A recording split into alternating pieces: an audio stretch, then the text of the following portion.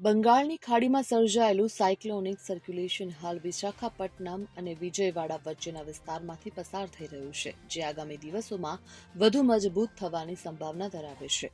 હવામાન નિષ્ણાત પરેશ ગોસ્વામીના જણાવ્યા મુજબ આ હવામાન પ્રણાલીને કારણે 16 ઓગસ્ટથી 22 ઓગસ્ટ 2025 દરમિયાન ગુજરાતમાં સાર્વત્રિક અને ભારે વરસાદની આગાહી કરાઈ છે.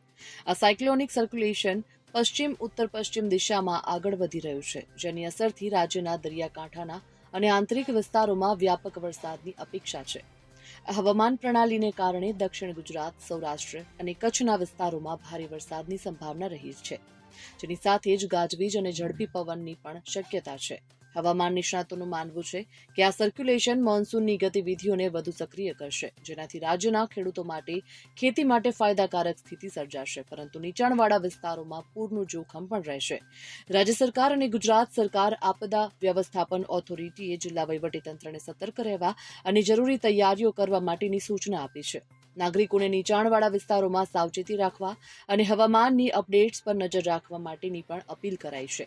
માછીમારોને પણ આગામી દિવસોમાં દરિયામાં ન જવાની સલાહ આપવામાં આવી છે. આ હવામાન પ્રણાલી ગુજરાતના ખેતી ક્ષેત્ર અને પાણીના સંગ્રહ માટે લાભદાયી હોઈ શકે છે, પરંતુ સાથે જ સતર્કતા અને તૈયારી પણ અનિવાર્ય છે.